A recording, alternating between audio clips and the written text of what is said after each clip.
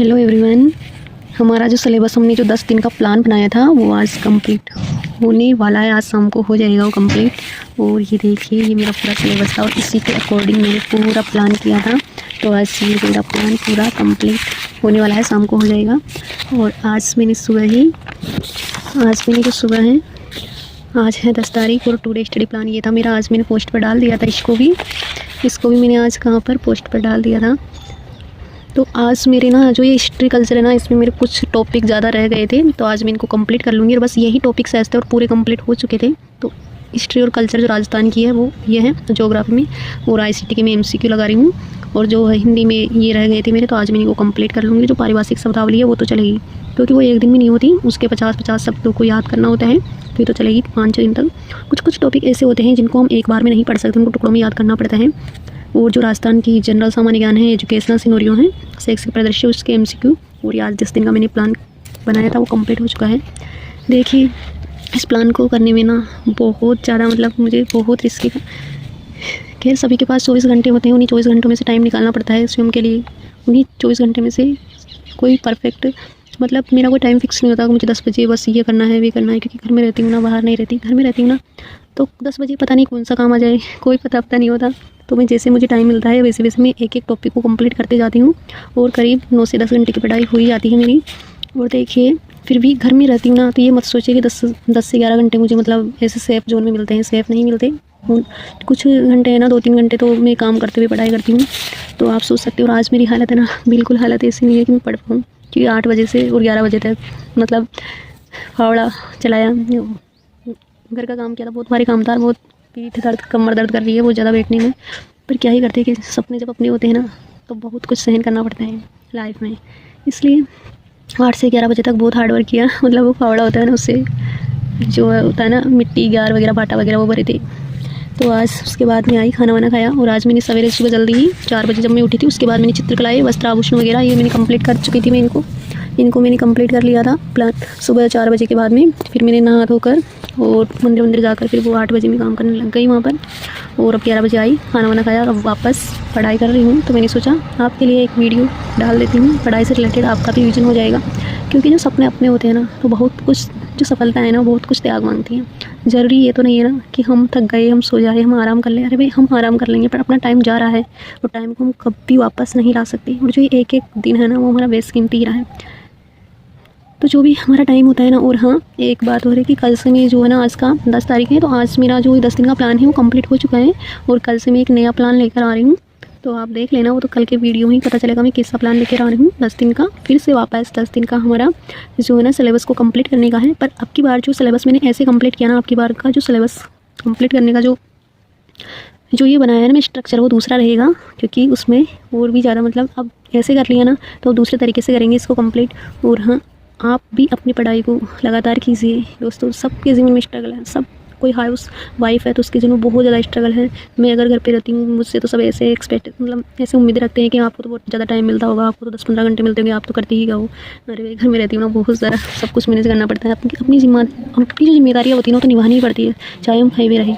इसलिए और घर में कब किस टाइम कौन से काम आ जाए तो पता ही नहीं चलता सच में। तो आज हम जो है ना, इस शैक्षिक परिदृश्य के शिक्षण अधिगम के नवाचार हैं, इसके मैंने जो क्वेश्चन टाइप में नोट्स बनाए थे। और आपको इसको पढ़ने के बाद ना, इस नवाचार जो शिक्षण अधिगम में जो नवाचार है सबसे अलग होती है, इसको पढ़ने के बाद ना आपको नवाचार में जो आपकी टेंशन हो रही है ना कि नवाचार में क्या ही आएगा, उन सब का ऐसा रिवीजन होगा कि आपको सच में अंदर से फीडबैक मिलेगा कि हाँ, ये नवाचार के लिए कंप्लीट है। जो ये 5-6 पेज है ना, इनमें से अगर आपने रिवीजन कर लेंगे सच में बहुत तो मैं आज की इसी वीडियो में आपको ये कंप्लीट कराने जा रही हूँ, शिक्षण अधिगम के नवाचार। तो आप ज़रूर इसको ध्यान से और दिल से पढ़िए। तो आज हम कंप्लीट करेंगे शैक्षिक परिदृश्य। जो शैक्षिक परिदृश्य जो एजुकेशनल सिनोरियो हैं, उसमें हम पढ़ेंगे शिक्षण अधिगम के नवाचार हैं, जो हमारे सिलेबस में शिक्षण अधिगम के नवाचार हैं। और ये L1 L2 दोनों में है।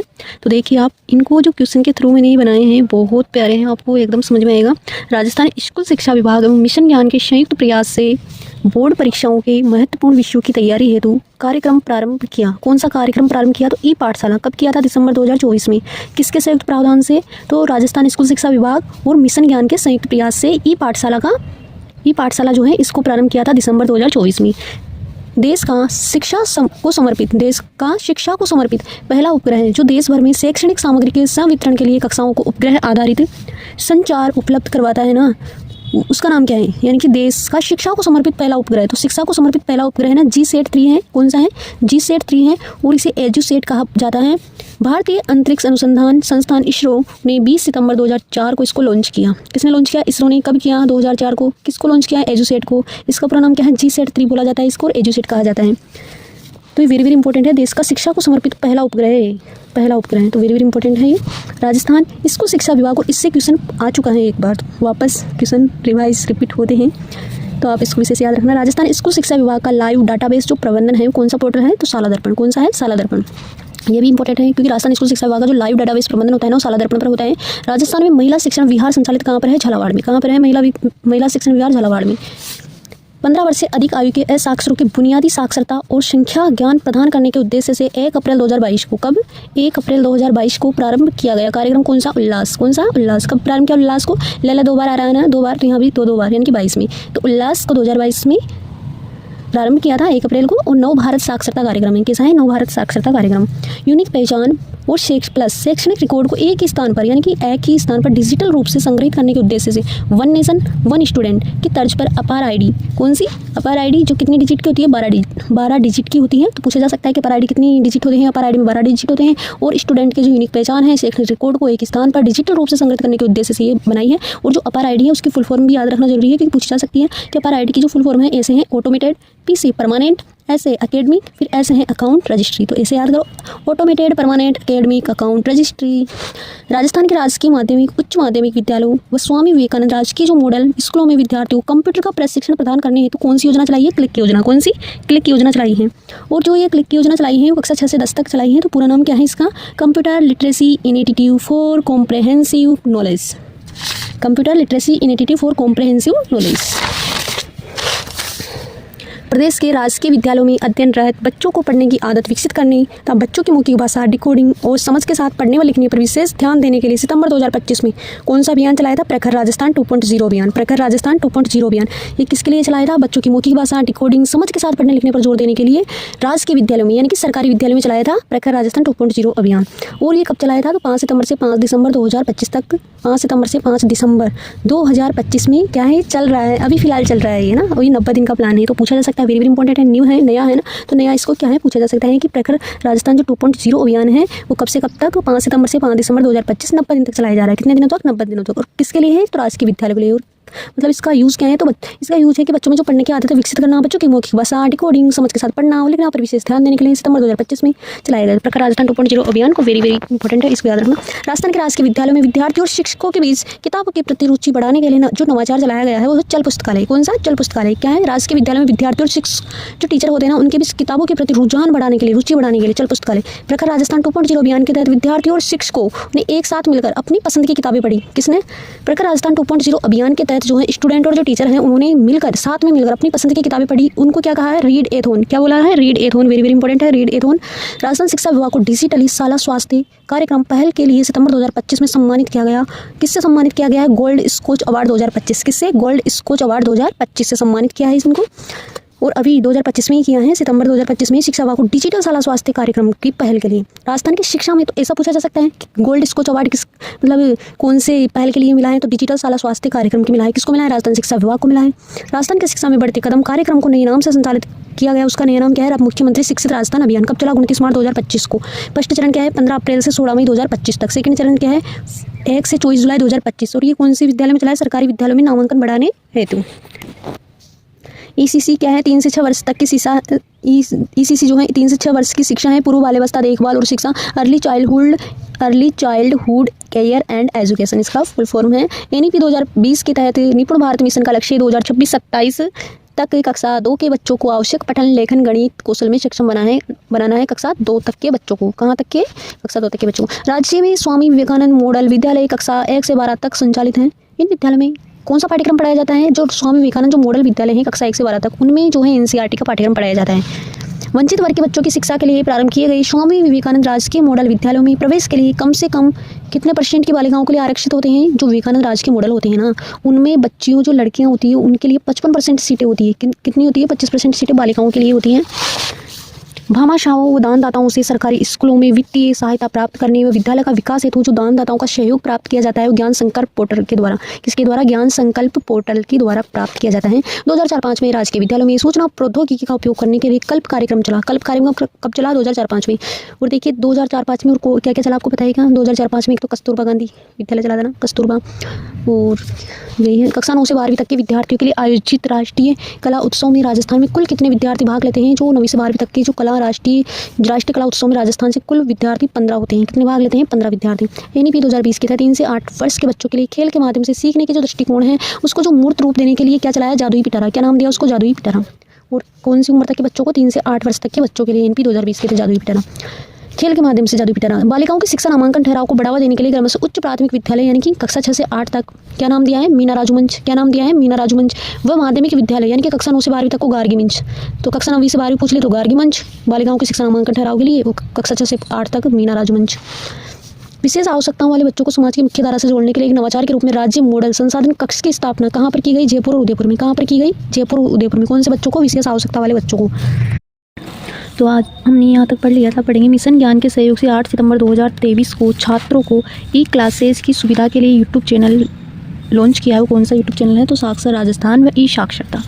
RFID क्या है? तो RFID है सार्वजनिक पुस्तकालय हैं। क्या है? सार्वजनिक पुस्तकालय हैं, जयपुर के द्वारा प्रारंभ किया है इसको। SIQE का पूरा नाम क्या है? तो इसका नाम है state initiative for quality education. तो देखो ये याद रह जाएगा, पर इसके मध्य में जो ये 4 है ना, ये कई बार ऑप्शन में ऑफ आ जाता है, 4 आ जाता है, कई बार एंड लगा देते हैं। तो इसका बिल्कुल आप ख्याल रखिए कि स्टेट इनिशिएटिव और क्वालिटी एजुकेशन दोनों के मध्य में है ना, जो दोनों के SI के बाद में 4 आएगा। क्या आएगा? 4 आएगा। और SIQE इसको प्रारंभ किया है 2015-16 में। और इसमें जो है ना SIQ, ये देखो इसमें CCP यानी कि चाइल्ड सेंटर्ड पेडागोजी, और ABL की जो फुल फॉर्म है एक्टिविटी बेस्ड लर्निंग, और CCE continuous and comprehensive evaluation यानी कि मूल्यांकन, और FLN का मतलब है फाउंडेशन लिटरेसी एंड न्यूमेरिसी, इनकी क्या है? फुल फॉर्म है। इन सबको मिला करके SIQ का जो है ना, SIQ को 2015-16 में इसको लॉन्च किया है। ये कार्यक्रम इन सबको मिलाकर बनाया है। SIQE के लिए अकादमिक कार्य करने वाली संस्था RSCERT कौन सी है? उदयपुर। कौन सी है? RSCERT उदयपुर है। SIQE कक्षा स्तर कक्षा 1 से 5 तक। देखिए जो कक्षा 1 से 5 तक हैं वो ध्येय वाक्य हैं कि सब बच्चे सीख सकते हैं और सब शिक्षक पढ़ा सकते हैं। रूपरेखा क्या तैयार है? रूपरेखा इसकी किसने तैयार की? राजस्थान स्कूल शिक्षा परिषद ने। और गठित सर्वोच्च समिति इसकी कौन सी है? वेरी वेरी इंपॉर्टेंट है। SIQ की गठित सर्वोच्च समिति है परियोजना संचालन समिति, पूरी राज्य स्तर पर शीर्ष नीति निर्माण की क्या है? समिति है। CCE के तहत योगात्मक जो आकलन है वो कितने योगात्मक आकलन किया जाता है? तो 3 योगात्मक आकलन किया जाता है। ABL जो होती है कक्षा 1 से 2, कक्षा 1 और 2 में ABL चलती है, एक्टिविटी बेस्ड लर्निंग। CCE जो पोर्टफोलियो है, CCE में जो पोर्टफोलियो होता है वो क्या होता है? तो बच्चों के द्वारा जो किए गए जो कार्य है ना, बच्चों के द्वारा उन सब कार्यों की फाइल होती है पोर्टफोलियो। अब आता है दीक्षा राइज। जो देखिए दीक्षा राइज जो है उसकी जो हमारा राजस्थान में है ना, राइज की फुल फॉर्म है Rajasthan interface for school educators. और जो दीक्षा है, दीक्षा की फुल फॉर्म है digital infrastructure for knowledge sharing. अब देखिए जो शुरुआत है दीक्षा राइज की शुरुआत होती है 5 सितंबर 2017 को होती है। कब होती है? 5 सितंबर 2017 को। और आदर्श वाक्य हैं हमारे शिक्षक हमारे नायक। 2018-19 में शिक्षण सत्र से प्रारंभ हुआ। देखिए इसकी शुरुआत है ना वो तो 5 सितंबर 2017 को हो चुकी थी, बट जो इस शिक्षण यानी कि जो पाठ्यक्रम में लागू होना शिक्षण सत्र से जो कब से हुआ? तो 2018-19 से। और दीक्षा पोर्टल पर जो सामग्री है इसकी NCERT बेस्ड है, CBSE और NIOS, इन तीनों की क्या है? सामग्री है। राज्यों और केंद्र शासित प्रदेशों की भी सामग्री इस पर है। किस पर? दीक्षा पोर्टल पर। सामग्री किसके लिए है इसकी? तो इसकी सामग्री जो है शिक्षक के लिए, शिक्षा विद्यार्थी के लिए है, अभिभावक के लिए है, संस्था प्रधान के लिए है, शिक्षा अधिकारी के लिए, इन सब के लिए क्या है? सामग्री है। दीक्षा को राजस्थान में क्या बोला जाता है? तो दीक्षा को राजस्थान में दीक्षा राइज कहा जाता है। ये कितनी भाषाओं में आती है? तो दीक्षा राइज जो है, दीक्षा राइज की जो मतलब ये है ना, इसका जो सामग्री वगैरह ये कितनी भाषाओं में? तो 36 भाषाओं में है, आराम से कोई सी भी भाषा है। तो दीक्षा पोर्टल पर निष्ठा के माध्यम से ऑनलाइन शिक्षण प्रशिक्षण का संचालन कब से हुआ है? तो अक्टूबर 2020 2020 से। निष्ठा के फुल फॉर्म क्या है? तो देखिए निष्ठा की जो फुल फॉर्म है national initiative for school heads and teachers holistic advancement. अब देखो इसमें कितनी बार आया है? नेशनल, एन से हो गया, आई से हो गया, इनिशिएटिव 4 आया ना, तो यहाँ पर 4 वेरी वेरी इंपॉर्टेंट है। 4 स्कूल हेड्स एंड आया है, यहाँ पर क्या आया है? एंड टीचर्स होलिस्टिक और एडवांसमेंट। तो ये जो चीज़ें होती है ना, ये हमें नेगेटिव से बचाती है, क्योंकि हम पढ़ते हैं, हमने पढ़ा, हम जल्दी में रिवाइज किया, national initiative for school heads and teachers holistic advancement, वहाँ पर गए एग्जाम में, वहाँ पर आएगा ऑफ लिख देंगे, यहाँ पर 4 लिख देंगे। तो इस प्रकार से क्वेश्चन हमारे गलत होते हैं, तो इनको आप अच्छे से याद करना। और शुभारंभ जो है ना, निष्ठा का शुभारंभ हुआ है 21 अगस्त 2019 को। निष्ठा कार्यक्रम के चरण देखिए, इसके कौन कौन से चरण हैं? इसके 4 चरण हैं। जो निष्ठा 1.0 हैं वो प्रारंभिक शिक्षा कक्षा 1 से 8 तक के शिक्षकों के प्रशिक्षण हेतु हैं। जो निष्ठा 2.0 है उसमें माध्यमिक स्तर है, यानी कि 9वीं से 12वीं के शिक्षकों के प्रशिक्षण हेतु हैं। निष्ठा 3.0 जो है ECC, यानी क्या होता है? पूर्व बाल्यावस्था देखभाल और शिक्षा, early childhood care and education, जो है कक्षा 5 तक के शिक्षकों के प्रशिक्षण हेतु हैं। और निष्ठा जो 4.0 है वो ECC शिक्षक प्रशिक्षण है। अब देखो निष्ठा योजना, तो देखिए ये है ना, ये निष्ठा 3.0 और निष्ठा 4.0, ये दोनों ही ECC से रिलेटेड है ना, दोनों में आ रही है ना कॉमन। तो इस प्रकार से ये क्या है कि ECC कक्षा से 5 तक के शिक्षकों के लिए, 5 तक के लिए, ये पूर्व बाल्यावस्था जो होती है ना, नर्सरी टीचर होती है ना, उनके लिए है। निष्ठा योजना है तो राष्ट्रीय स्तर पर गठित समूह NRG का जो पूर्व रूप है ना, पूरा रूप क्या है? National resources group. National resource है, एस नहीं आएगा, सॉरी, ग्रुप है। निष्ठा NCERT के द्वारा विकसित किया गया है, राष्ट्रीय पहल है। निष्ठा किसकी पहल है? राष्ट्रीय पहल है। निपुण भारत मिशन की शुरुआत कब होती है? तो 5 जुलाई 2021 को होती है। NEP 2020 के तहत 3 से 8 वर्ष तक के बच्चों के लिए 3 से 8 वर्ष तक के बच्चों के लिए बुनियादी समझ और संख्यात्मक ज्ञान के साथ पढ़ाई करना क्या है? निपुण भारत मिशन। स्माइल कार्यक्रम कब शुरू हुआ? 13 अप्रैल 2020 को। तो देखो स्माइल जो है 3 प्रकार का स्माइल था। तो देखो स्माइल कार्यक्रम की शुरुआत होती है 13 अप्रैल 2020 को। और स्माइल 2.0 कार्यक्रम 2 नवंबर 2020 को। स्माइल 3.0 कार्यक्रम 21 जून 2021 को। तो आप ऐसे याद रखोगे ना, नहीं होगा तो कैसे याद करो कि स्माइल 3 है, स्माइल 3 है। तो देखो जो है ना 20 तो पहले में आ जाएगा, फिर बाद में 21। अब देखो अंजू, क्या याद रखोगे? इनके पहले वर्ड उठा लो, अंजू। 13 to 21 क्या याद रखोगे? या तो ऐसे याद मतलब ऐसे याद रखो इसको, 13 2 21 या 13 to 21 याद रख लो, 13 to 21 और 20 21 और अंजू याद हो जाएगा। पूरा कार्यक्रम स्माइल याद हो गया। चलो आगे। हवा महल की जो शुरुआत होती है वो 2 मई 2020 को होती है। हवा महल की शुरुआत कब होती है? 2 मई 2020 को होती है। और जो है कोरोना समय में क्या है, बच्चों का झरोका कहलाता था। जो कोरोना के समय में उसको बच्चों का झरोका कहते थे। इसकी टीम थी। शिक्षा दर्शन की जो शुरुआत होती है वो 1 जून 2020 को होती है। कब होती है शिक्षा दर्शन की? 1 जून 2020 को होती है। जो ये है ना, बच्चों देखो ज्ञान बढ़ाओ, बढ़ते जाओ, ये इसका क्या था? आदर्श वाक्य था। शिक्षा वाणी की शुरुआत होती है 11 मई को 2020 को। प्यारे बच्चों कान लगाओ, बढ़ते जाओ। देखो इसमें कन्फ्यूज मत आना, कान आते ही वाणी आ जाएगी। वाणी यानी सुनते हैं, किससे सुनते हैं? कान से। ज्ञान किससे है? दर्शन, आंखों से जब पढ़ते हैं, देखते हैं, तब उसका ज्ञान बढ़ता है, इसलिए शिक्षा दर्शन हो गया। और कोरोना से बच्चों का झरोका यानी हवा महल। अब देखो जो इन तीनों की डेट से याद करने का तरीका है कि हवा महल, शिक्षा दर्शन, शिक्षा वाणी कब आई? 2020 में आई। तीनों कब आई? 2020 में आई ना। और मजूम ये ऐसे याद रख लो, मजूम ये ऐसे याद नहीं होता। तो मई, जून और मई दोनों में कॉमन है, मई और जून किस में आ रहा है? दर्शन में। तो जून और 2 1 11 कब आ जाएगा? 2 1 1 यहाँ पर आ रहा है, 1 को लगा दूंगी यहाँ पर। तो इस प्रकार से आप कैसे भी याद रख सकते हो, अपनी की शैली होती है। और सच में जो ये ज़्यादा कन्फ्यूज वाले वर्ड होते हैं ना, इनको रिलेटेड करके ऐसे ही याद किया जाता है, तभी हम नहीं भूल पाते। वरना हम ऐसे रटते तो हाँ इतनी बात रट लेंगे, हम आज रटा कल भूल जाएंगे। जब इनको ऐसे याद किया जाता है ना कि हाँ 2020 और ये मजूम है, या फिर ये मई और ये मई बीच में जून आ गया और 2 1 11, तो इस प्रकार से माइंड में अच्छे से बैठता है और हम लंबे टाइम तक याद रहता है। जो परीक्षा का प्रेशर होता है उसमें भी हमें याद आती है ये चीज़ें। स्माइल ध्येय वाक्य क्या है? तो रोज सवेरे 9 बजे हर घर स्कूल घंटी बजे। व्हाट्सएप के माध्यम से शिक्षा दी जाती थी। कोरोना महामारी कब? कोरोना महामारी के टाइम जो है व्हाट्सएप के थ्रू शिक्षा दी जाती थी। सरकारी विद्यालयों में कक्षा 1 से 5 तक जो गृह कार्य हैं वो प्रत्येक सोमवार को दिया जाता था। कक्षा 6 से जो 8 तक है गृह कार्य वो सोमवार और बुधवार को दिया जाता था, सोमवार और बुधवार को। स्माइल 3.0 के अंतर्गत आओ घर में सीखे 2.0 कार्यक्रम की शुरुआत कब होती है? तो 21 जून 2021 को जो होती है इसकी शुरुआत। और कंटेंट जो सुबह है ना, कंटेंट सुबह 8 बजे व्हाट्सएप कक्षा 1 से 12 तक। अब आप कहोगे ये क्या ही पढ़ा रही है, तो देखो ये कक्षा 3.0 जो कार्यक्रम आया था, ये आया था ना, ये 21 जून 2021 को, यही ये कार्यक्रम है। और इसका जो कंटेंट सुबह 8 बजे व्हाट्सएप के माध्यम से कक्षा 1 से 12वीं तक की क्लासों के व्हाट्सएप के माध्यम से कंटेंट आ जाते थे। आओ घर में सीखें, यानी कि घर में ही सीख कर हम क्या है पढ़ाई करेंगे, क्योंकि कोरोना का टाइम था। इस प्रकार से स्माइल 2.0 9 बजे, स्माइल 3.0 8 बजे, और शिक्षा वाणी 11 बजे, और शिक्षा दर्शन 12:30 से 4:15 तक।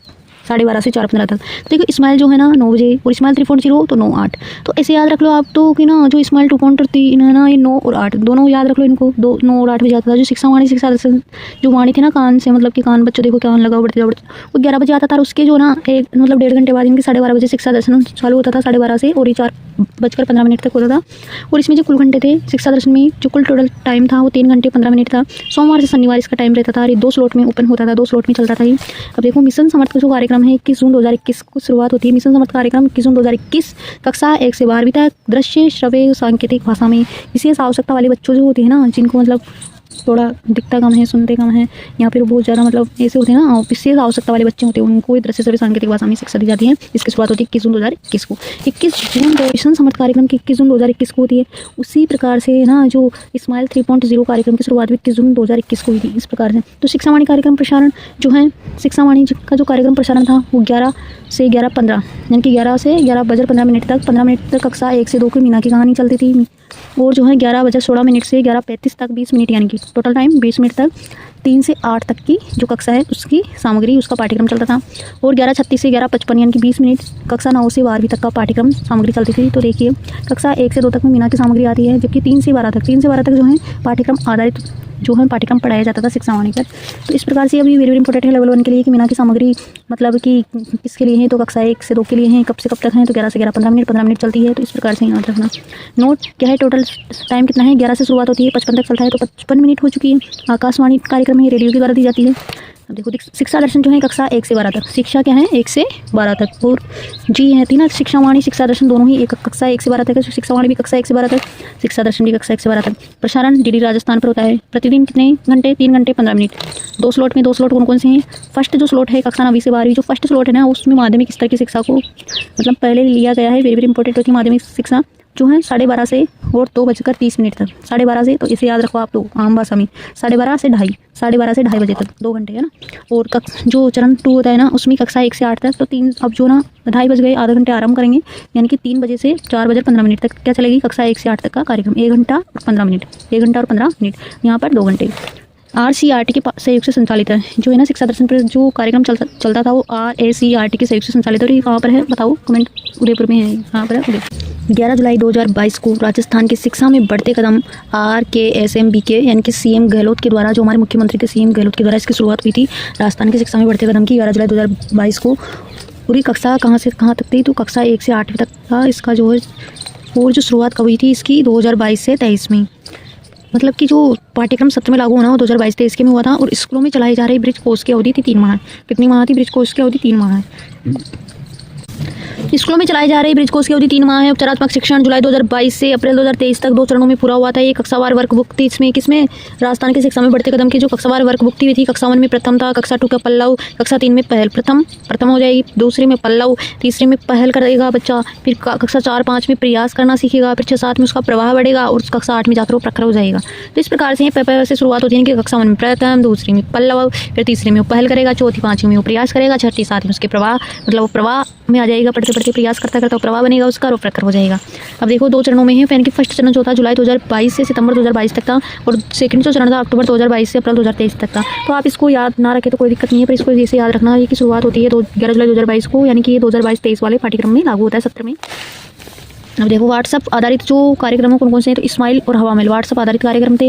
हवा महल जो शुरुआत होती है 2 मई 2020 को 2020 2 मई 2020 को शुरुआत होती है। 2020 को कौन की शुरुआत होती है किस की शुरुआत होती है पढ़ी थी हमने शिक्षा दर्शन की और शिक्षा वाणी की 2020 शुरुआत होती है। RCRT उदयपुर के द्वारा संचालित हवा महल कंटेंट इस्माइल के तहत आता है। सहयोगी संस्थाएं यूनिसेफ है, टाटा ट्रस्ट है, पिरामल फाउंडेशन है। क्यूज जो है इसके हवा महल की क्यूज शनिवार को आती है। वर्तमान में 6 कार्यक्रम लागू है हवा महल पहले 5 थे अब 6 हो गए हैं।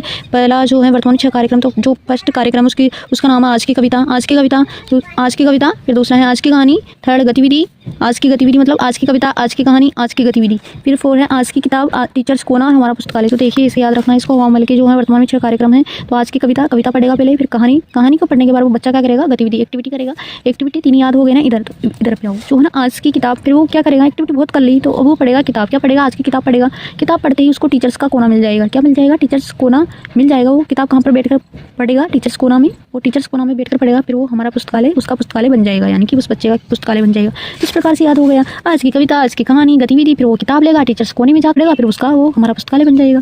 इस प्रकार से समग्र शिक्षा अभियान है ना 24 मई 2018 को चला था। कब चला? 24 मई 2018 को। सबको शिक्षा, अच्छी शिक्षा, सस्य समग्र, सस्य सबको शिक्षा, अच्छी शिक्षा। केंद्र राज्य अनुपात 60-40 का था। संचालन राजस्थान स्कूल शिक्षा परिषद जयपुर।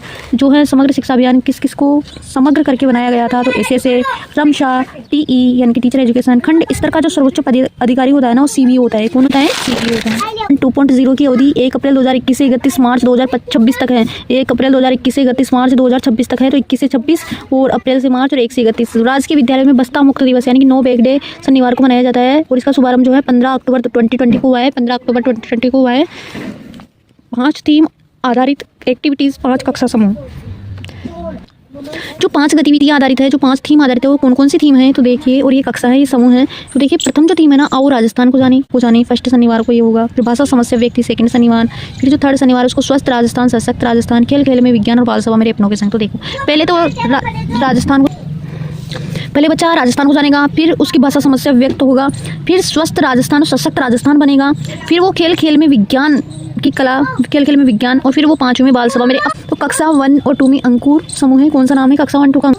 कक्षा 1 2 में अंकुर, कक्षा 3 से 5 में प्रवेश, अंकुर प्रवेश लेगा। 6 से 8 में दिशा, अंकुर प्रवेश लेगा तो उसे दिशा मिल जाएगी। फिर 9वीं से 10वीं क्षितिज, और कक्षा 11वीं 12वीं में उन्नति। अब देखो फर्स्ट से चलो, अंकुर यानी कि फर्स्ट और सेकंड में जो अंकुर है ना वो प्रवेश लेगा, अंकुर प्रवेश लेगा 3 से 5 में, और दिशा है ना वो 6ठी से 8वीं में यानी कि प्रवेश हो गया उसका। फिर उसको क्या है? एक दिशा मिलेगी, उसके जीवन की एक दिशा मिलेगी। फिर 9वीं से 10वीं में क्षितिज यानी कि क्षितिज, एक क्षितिज की थ्रू आ जाएगा, उसको दिशा मिलने के बाद वो क्षितिज के वहाँ पर पहुँच जाएगा, और 11वीं से 12वीं में उसको क्षितिज पर पहुँचने के बाद उसकी उन्नति हो जाएगी। क्या हो जाएगी? उसकी उन्नति हो जाएगी। उप मुख्यमंत्री यानी कि कौन? दिया कुमारी के द्वारा आंगनबाड़ी के केंद्रों में bio fortified millet nutribar pilot project प्रारंभ किया। कब प्रारंभ किया? 15 जुलाई 2025 को। 3 से 6 वर्ष तक के बच्चों के लिए, 3 से 6 वर्ष तक के बच्चों के लिए 15 जुलाई 2025 को bio fortified millet nutribar pilot project आरंभ किसने किया? उप मुख्यमंत्री दिया कुमारी के द्वारा आंगनबाड़ी केंद्रों में। शिक्षा विभाग राजस्थान के इंपॉर्टेंट आदेश किस में प्रकाशित होते हैं? सिविरा पत्रिका। वेरी वेरी इंपॉर्टेंट है सिविरा पत्रिका। सिविरा पत्रिका CC इको पायलट प्रोजेक्ट के रूप में, CC इको पायलट प्रोजेक्ट के रूप में 2010-11 में संचालित किया। और जो पायलट प्रोजेक्ट है वो शुरू में 2 जिले थे यानी कि जयपुर और अलवर। तो जयपुर के 20 स्कूल, अलवर के 40 स्कूल। और जो ये है ना, ये पाठ्यक्रम में संपूर्ण राजस्थान में 2015-16 में संपूर्ण राजस्थान में लागू हुआ था। दिव्यांग विद्यार्थियों के लिए ई कंटेंट बनाने वाला जो है देश का प्रथम राज्य कौन सा है? राजस्थान। कौन सा राज्य है? प्रथम राजस्थान है। दिव्यांग विद्यार्थियों के लिए ई कंटेंट बनाने वाला देश का प्रथम राज्य राजस्थान है। TLC की फुल फॉर्म है teaching and learning contents. Sanskrit शिक्षा ऐप कौन सा है? संस्कृत शिक्षा ऐप को देववाणी ऐप कहा जाता है। राजस्थान में विद्यालय अवलोकन की प्रक्रिया को डिजिटाइज करते हुए ऐप कौन सा है? यानी कि डिजिटाइज करने के लिए वो ऐप कौन सा है? विद्यालय अवलोकन की, तो शाला संबलन ऐप। शिक्षक शिक्षा के लिए राष्ट्रीय स्तर की संस्था कौन सी है? NCTE। कौन सी शिक्षा है? शिक्षक शिक्षा के लिए राष्ट्रीय स्तर की शिक्षा है NCTE। निजी संस्थाओं के द्वारा स्कूलों को गोद लेकर शैक्षणिक गुणवत्ता में सुधार एवं आधारभूत ढांचे के विकास व कंप्यूटर शिक्षा उपलब्ध कराने के उद्देश्य से जो शुरू किया गया है वो REI। क्या है? राजस्थान REI है।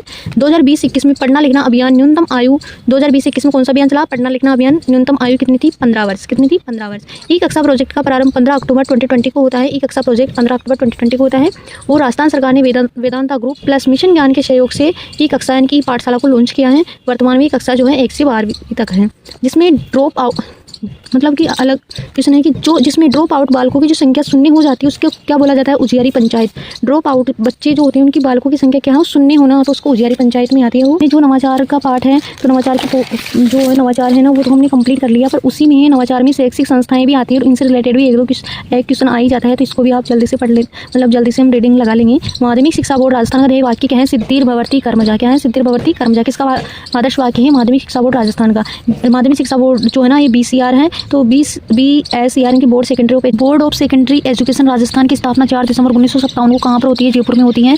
फिर जो है ना जुलाई 1961 में, यानी कि इसके ठीक 4 साल बाद इसको अजमेर में स्थानांतरित किया जाता है। और कब जयपुर से अजमेर लाया जाता है इसको? कौन सी समिति के आधार पर? तो P सत्यनारायण राव समिति की अनुशंसा पर। P सत्यनारायण राव समिति की अनुशंसा पर जयपुर से अजमेर लाया जाता है। किसको लाया जाता है? माध्यमिक शिक्षा बोर्ड राजस्थान को लाया जाता है। और इसकी स्थापना 4 दिसंबर 1957 को हुई थी। और इसके 4 साल बाद यानी कि 1961 में इसको अजमेर में लाया जाता है। इसके संगठन जो है अध्यक्ष इसमें एक होता है। उपाध्यक्ष जो पदेन सचिव होते हैं ना वो 7 होते हैं, यानी कि एक उपाध्यक्ष और पदेन सचिव 6 होंगे। निर्वाचित जो सदस्य होते हैं वो 7 होते हैं, यानी कि निर्वाचित सदस्य 7 होते हैं, इसमें एक महिला भी होती है। और राज्य सरकार के द्वारा जो नामित सदस्य होते हैं वो 17 होते हैं। विधानसभा अध्यक्ष के द्वारा जो नामित होते हैं वो 2 होते हैं। वेरी वेरी इंपॉर्टेंट है, इनमें से क्वेश्चन वेरी वेरी आ ही जाता है, ये दोनों तो आप ये मान लो याद करके जाना। राज्य सरकार के द्वारा कितने नामित होते हैं? 17, और विधानसभा अध्यक्ष के द्वारा 2। संयोजित सदस्य 2। तो टोटल जो सदस्य होते हैं ना, किसमें टोटल सदस्य माध्यमिक शिक्षा बोर्ड राजस्थान में जो टोटल सदस्य होते हैं वो 36 होते हैं। कितने होते हैं? 36 सदस्य होते हैं।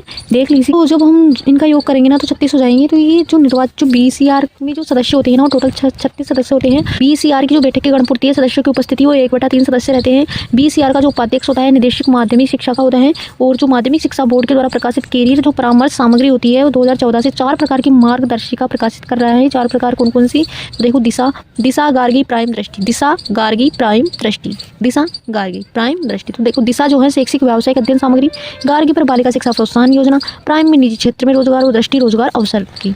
BSCR के सदस्यों का कार्यकाल 3 वर्ष का होता है। माध्यमिक शिक्षा बोर्ड का जो अध्यक्ष होता है ना वो होता है, कैसा होता है? चयन के लिए जो है अध्यक्ष के चयन के लिए 3 सदस्यीय सर्च कमेटी का गठन होता है और ये राज्य सरकार के द्वारा नियुक्त व्यक्ति होता है। क्या होता है? अध्यक्ष राज्य सरकार के द्वारा नियुक्त व्यक्ति होता है, जिसमें जो होते हैं ना 3 सदस्यीय कमेटी होती है, उसमें 2 सदस्य बोर्ड के द्वारा होते हैं और एक जो सदस्य होता है राज्य सरकार के द्वारा नियुक्त होता है। तो सर्च कमेटी होती है जो अध्यक्ष जब इसको बनाया जाता है ना राज्य सरकार के द्वारा जब नियुक्त किया जाता है तब। RCRT संस्था उदयपुर में है। कक्षा 1 से 8वीं तक पाठ्यक्रम का निर्धारित करती है ये RCRT। शिक्षक प्रशिक्षण क्षेत्र में सर्वोच्च संस्थान सेवारत शिक्षकों के प्रशिक्षणों के लिए है RCRT संस्था। SIERT उदयपुर की स्थापना कब होती है? मेरोत्रा समिति के आधार पर 11 नवंबर 1978 को होती है। मेरोत्रा समिति के आधार पर शिक्षक प्रशिक्षण के लिए नोडल एजेंसी के रूप में कार्य कौन कर रही है? RSCERT। SIERT जो है पुराना नाम है, यानी कि ये RACRT का पुराना नाम है, पहले नाम ये चल रहा था, अब वर्तमान में RACRT चला है। और जो इसको है स्वायत्त शासी संस्था बना दिया गया है और इसका जो गठन है ना पुनर्गठन 14 अगस्त 2018 को हुआ है। यानी कि इसकी स्थापना पूछे ना, स्थापना तो होती है 11 नवंबर 1978 को, लेकिन इसका जो पुनर्गठन होता है ना वो RACRT के रूप में आती है ना ये उभर कर, तो ये 14 अगस्त 2018 को आई है और ये स्वायत्त शासी संस्थान है। राजस्थान इस स्वायत्त शासित संस्था है। राजस्थान स्कूल शिक्षा परिषद की शासी परिषद का जो अध्यक्ष होता है वो कौन होता है? तो मुख्यमंत्री होता है। और RACRT की शासी परिषद का जो अध्यक्ष होता है वो शिक्षा मंत्री होता है। कौन होता है? शिक्षा मंत्री होता है RACRT में, जबकि राजस्थान स्कूल शिक्षा परिषद की शासी परिषद का अध्यक्ष मुख्यमंत्री होता है। RACRT का जो आदर्श वाक्य है वह उदयभूदयम समनस सखाए उप। और RACRT में कुल प्रभाग कितने होते हैं? कुल प्रभाग 6 होते हैं। अब देखो, राजस्थान राज्य पाठ्यपुस्तक मंडल जिसकी जो शॉर्ट में इसको कहते हैं RSTB का गठन जो है 1973 में हुआ है। कार्य आरंभ 1 जनवरी 1974 को हुआ। न लाभ न हानि, यानी कि नो लॉस नो प्रॉफिट के सिद्धांत पर कार्य करता है। राजकीय विद्यालयों की कक्षा 1 से 12वीं तक है और पाठ्य पुस्तकों का प्रकाशन वितरण करने का काम है इसका। शासी परिषद में जो राजस्थान राज्य पाठ्यपुस्तक मंडल की जो शासी परिषद उसमें कुल सदस्य संख्या 12 होते हैं। शासी परिषद के जो अध्यक्ष होते हैं वो राजस्थान के शिक्षा मंत्री होते हैं। वो IAC है, उच्च अध्ययन शिक्षण संस्थान है, तो इसके फुल फॉर्म है initiative of advance study in education.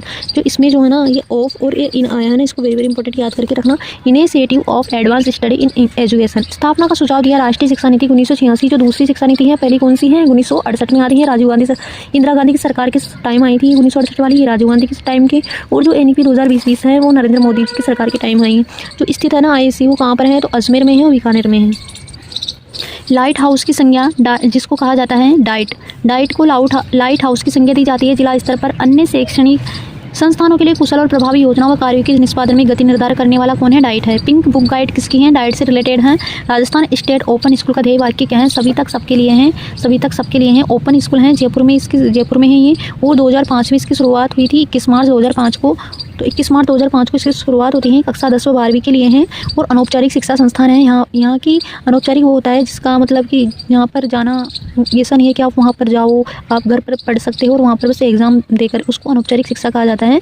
तो आप कहीं पर भी शिक्षा पढ़ सकते हो और बस वहाँ पर एग्ज़ाम होती है। ओपन स्कूल है RSOS, Rajasthan state open school है इसकी, जो है इंग्लिश में इसको RSOS। परीक्षा वर्ष में जो है इसकी 2 बार होती है, 1 वर्ष में 2 बार परीक्षा होती है। 5 वर्ष तक की अवधि में जो एक अभ्यर्थी होता है ना उसको 9 अवसर दिया जाता है। कितने अवसर दिए जाते हैं? 9 अवसर दिए जाते हैं। और शासी परिषद का जो अध्यक्ष होता है ना, किसकी शासी परिषद का? जो राजस्थान स्टेट ओपन स्कूल की जो शासी परिषद का अध्यक्ष होता है ना वो मदन दिलावर है अभी वर्तमान में। राजस्थान स्कूल शिक्षा परिषद का मुख्यालय कहाँ पर है? जयपुर में है। और इसका पंजीयन हुआ 3 सितंबर 2020 को। गठन कहाँ हुआ? राजस्थान प्रारंभिक शिक्षा परिषद प्लस राजस्थान माध्यमिक शिक्षा परिषद दोनों को मिलाकर इसका गठन किया गया है। राजस्थान प्रारंभिक शिक्षा और माध्यमिक शिक्षा दोनों को मिलाकर राजस्थान स्कूल शिक्षा परिषद का गठन किया गया है। उद्देश्य है राज्य में समग्र शिक्षा अभियान का संचालन करना। जो इसकी शासी परिषद है उसका अध्यक्ष सीएम होगा, यानी कि मुख्यमंत्री होगा। किसका सीएम होगा? शासी परिषद। इसको राजस्थान स्कूल जो शिक्षा परिषद है ना उसका अध्यक्ष, उसकी शासी परिषद का अध्यक्ष सीएम होगा। इसमें जो है ना 2 समिति होगी, एक तो शासी परिषद, एक कार्यकारी समिति। जो शासी परिषद में जो अध्यक्ष होगा सीएम होगा, उपाध्यक्ष जो होगा शिक्षा मंत्री होगा, और जो शासी परिषद का कार्य होता है नीति का निर्माण करना। और जो कार्यकारी समिति है इसके अध्यक्ष होंगे प्रमुख सचिव। कौन होंगे? प्रमुख सचिव। और इसको शिक्षा विभाग का होगा। और जो कार्यकारी समिति है कार्य को नीति को क्रियान्वयन करती है, कार्य नीति का क्या करती है? क्रियान्वयन करती है। राजस्थान मदरसा बोर्ड की स्थापना 27 जनवरी 2003 को हुई है। कब हुई है? 27 जनवरी 2003 को हुई है। मदरसा बोर्ड कहाँ पर है? जयपुर में है। और एनसीईआरटी स्थापना सितंबर 1961 को हुई। वेरी इंपॉर्टेंट है, एनसीईआरटी की स्थापना सितंबर 1961 को हुई है। और इसकी जो फुल फॉर्म है national council of educational research and training. National council of educational research and training. विद्यालय की शिक्षा में संपूर्ण गुणवत्ता प्रबंधन को क्या कहा जाता है? संपूर्ण गुणवत्ता जो प्रबंधन किया जाता है उसको बोला जाता है न्यूपा, यानी कि NUEPA। मेयो कॉलेज की स्थापना कब हुई? मेयो कॉलेज की स्थापना हुई 1875 में। प्रदेश में Rajiv Gandhi centre of advance technology संस्थान स्थापित कहाँ पर है? जयपुर में है। माध्यमिक शिक्षा बोर्ड राजस्थान में कुल कितने शिक्षा मंडल हैं? कुल कितने शिक्षा मंडल पूछे तो 9 हैं। और प्रभाग पूछे तो 6 है ना। राजस्थान में मिलिट्री स्कूल कहाँ पर है? तो अजमेर और धौलपुर में है। मिलिट्री जो स्कूल होते हैं ना वो अजमेर धौलपुर में है। तो बस यहाँ तक ही है। हमारे जो नवाचार के हैं पूरे फैक्ट हैं, पूरे क्वेश्चन है वन लाइनर के थ्रू के रूप में। और इम्पोर्टेंट जो है उसको मैंने सबको एक जगह कवर करने का प्रयास किया है। तो आपका बहुत अच्छे से इसमें रिवाइज होगा। आप अच्छे से पढ़िए इसको। एक से अगर एक बार भी समझ नहीं आता तो आप इसको दूसरी बार मतलब कि स्पीड के साथ दो स्पीड के साथ आप इसको कर लीजिए और इसको काम करते हुए इसको सुनिएगा, आपको अच्छी तरीके से याद हो जाएगा। तो थैंक यू सो मच। आज की वीडियो में इतना ही। Thank you so much.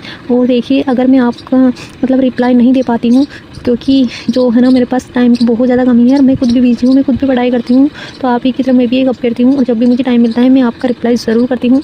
और देखिए फ़ोन है ना ये मेरा पर्सनल फ़ोन नहीं है, इससे ये भैया ने दिलाया है, पर इसको भाभी जी यूज़ करती है, बच्चे भी यूज़ करते हैं और मैं भी इसको यूज़ करती हूँ और वीडियो बनाती हूँ। तो इसको बहुत सारा टाइम निकल जाता है, पर मैं रिप्लाई ज़रूर देती हूँ। थैंक यू सो मच आज के ब्लॉग में।